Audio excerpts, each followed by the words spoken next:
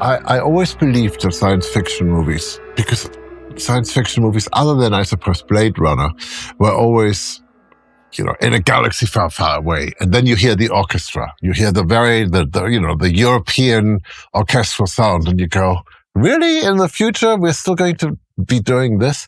Why can't we believe in that instruments, that there will be new instruments, there will be new sonic textures? Why can't we go and invent new things that don't remind us in a peculiar way of the past? And so, rather than doing an orchestral score, ultimately what we did was we made a score of a band of virtuosos. A small group of the people who were the best in the world at what they do. The other thing which I really do like about the band is that everybody brings a little bit of their culture to it. And because now it's a mishmash of culture, so then when you write something which is futuristic, it is like, that's what happened, that the cultures all got muddled up a little bit. So it actually helps in the expressiveness of the music. It was this perfect storm of slightly different instruments, slightly different people, slightly different ears and ideas. And they all came together in this weird soundscape, but it works. And Hans's theme works throughout the whole thing for that kind of sound. But the difference between Dune and any other film I have made is it's not a sequel. It's really a way of diving deeper into the story. It's a very difficult book to make into a movie because most of what happens in the book is internal dialogue. It's in people's heads. When the lights go down and the first note comes and the first image appears, I will open a door that lets you in to feel something, to have an experience. I'm not going to tell you how to feel about things, but I will tell you that it's okay to have an emotion now, that you have an emotional experience. The secret to a score like Dune is to create a soundscape that's really wide and engulfing, but not out there. It needs to feel very visceral and very human and connected, and at the same time be like in the sand with the sandworms. It's got to feel like you're there. Hans wanted really unique sounds.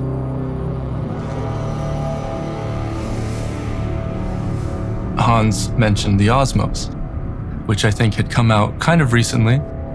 He had heard about it and met with the guys. We had one or two. We started playing with it, and he said, we need 5 more. When you play a note on a piano, basically it goes plonk, right? Plonk, and it dies out. What they've done is when you touch the keyboard, it knows you're already touching the keyboard.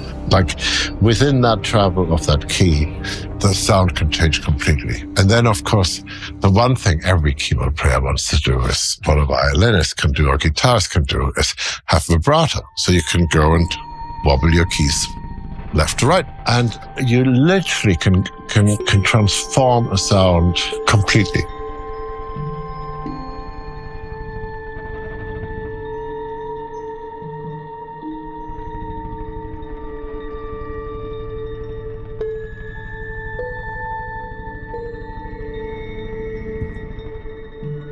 Par contre, le fait d'avoir ici des instruments qui permettent de jouer comme un instrument de musique, on va dire, plus traditionnel, ça permet de se rapprocher des choses comme de la voix et pouvoir le jouer.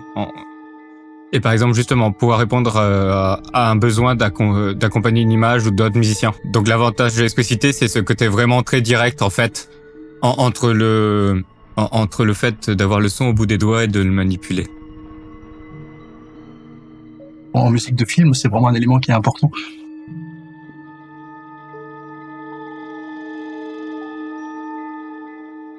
On réagit à une image, on réagit à une intention sur le moment.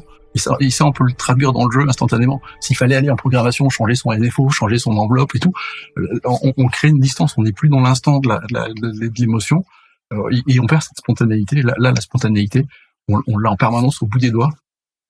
Rather than having a piece of technology in your room, you certainly have another musician in your room that you're having a conversation with. So it lets you have a dialogue. I came up as a rudimental percussionist, so my improvisation skills weren't particularly phenomenal, but my technique was really good. Programming percussion is sort of a cold experience. I'm trying to get depth. I'm trying to get something to cover up the fact that it's not real. And so when you have something where you can come up with an organic feel right out the gate, it's quite rare. You have the ability to feel it differently, and that is quite cool. If you hit it quietly, you can instantly emotionally feel a difference. You can be creative in a way with things like the pitch bend or the key bend, the actual pitch bend, the ratchet effect. You can just go to town.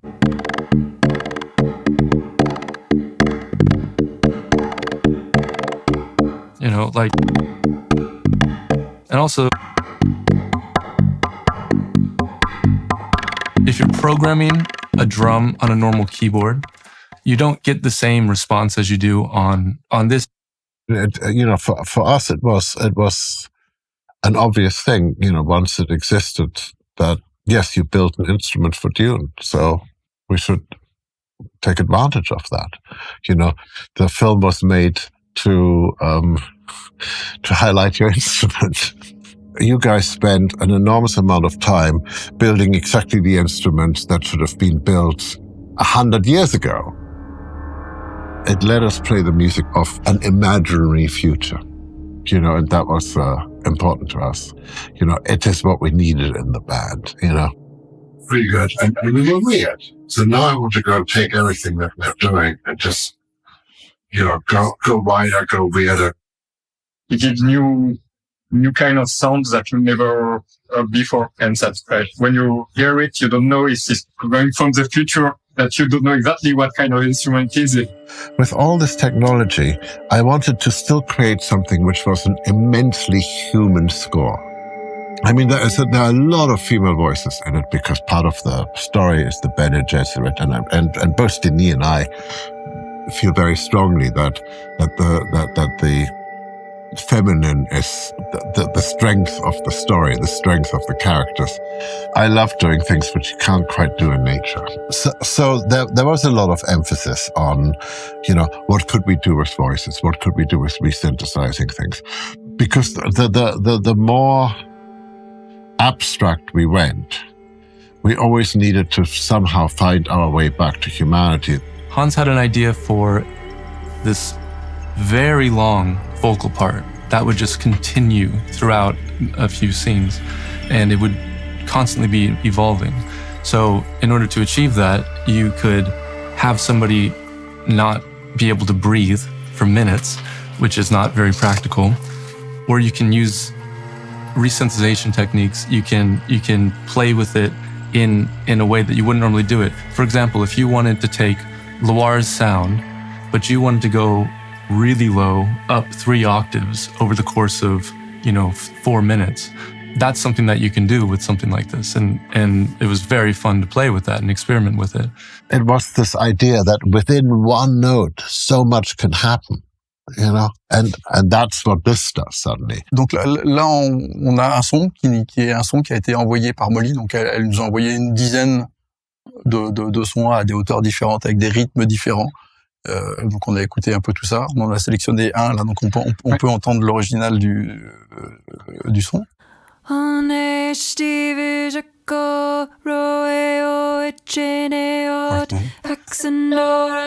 Voilà, donc on a cette matière sonore, donc on en fait une analyse, et ça on va pouvoir le rejouer et donc on va retrouver un peu le timbre de la voix, mais on va entendre que le timbre de la voix, il est plus haut, le timbre c'est un timbre plus enfantin, donc on a modifié le timbre de la voix, et je peux en jouer toutes les notes, et je peux le faire sur l'osmose, éventuellement en grave.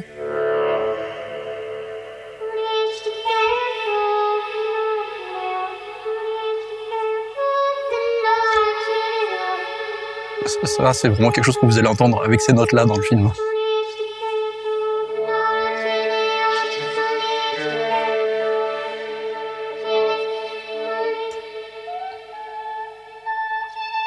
Voilà, donc on l'a sous les doigts, j'ai le volume de la voix, la vitesse à laquelle le flow des beats, la couleur du timbre, plus ou moins enfantin, plus ou moins adulte, pour créer une tension ou accompagner quelque chose.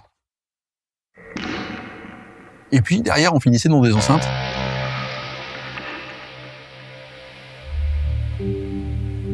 Et ça contribue complètement à la perception finale du son qu'on va avoir, de pas rendre le son sur des enceintes, mais de le rendre sur des résonateurs. Ça veut dire aussi, c'est comme un instrument acoustique, c'est quand on veut enregistrer ça, il faut des micros. Donc, comme pour un piano, comme pour un violon, comme pour une guitare. Donc il y a un parc de micros qui avait été installé par Alan Meyerson, excusez du peu, ça se retrouve à avoir Alan Meyerson qui vient installer les micros pour soi. Et qui nous a installé un parc de micros tout à fait complètement exceptionnel, placé avec soin, pour capter ce son issu du bois, issu des résonateurs, même si généré au départ par de l'électronique. They have a speaker on the inside and the whole body of it resonates as it goes. So they're a little bit more dead, and so they can be a little bit more, they'll have a specific sound that will work for some things and others. These will be adding kind of more tone and texture to it, depending on what goes in there. That's why it's so interesting to try different things to put into it to see what it's going to create. That's what's fun about it. If you put percussion into it, you're going to get something completely different than putting a guitar into it or a vocal into it. My idea at first was, let's spread them out and just think of it as a singular image. And then if you send it to one of them, you'll have panning, you'll have things moving. So if I send it to this gong, it's going to be on the left. If I send it to this gong, it's going to be on the right. When we did that, it really worked well. And we had the two gongs next to each other. Then I'm like, well, why don't we put the metallics on the outside and the non-metallics on the inside? So we just created an image, in the room. So here's a sound called ebosyn. This is the dry sound. If I play,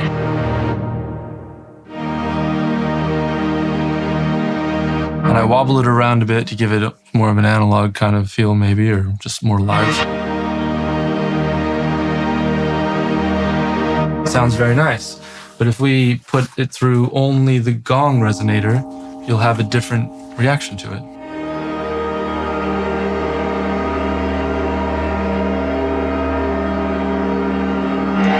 All these frequencies are playing and rubbing against each other. If you have the dry signal, a gong resonator and a piano resonator, for example, you have 3 different layers that you can blend. And over time, if you have to hold a chord, you can change the chord by blending between the 3, or whatever,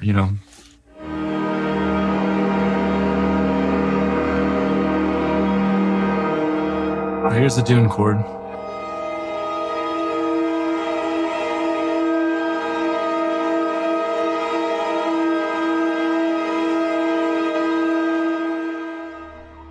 We've done 2 Dune movies, and it's been, 5 years or something like that. So we've given 5 years of our life to it, and we only have one life to give. So the things that we do are important, and the things and the tools that we use are important, and the people we surround ourselves with are incredibly important.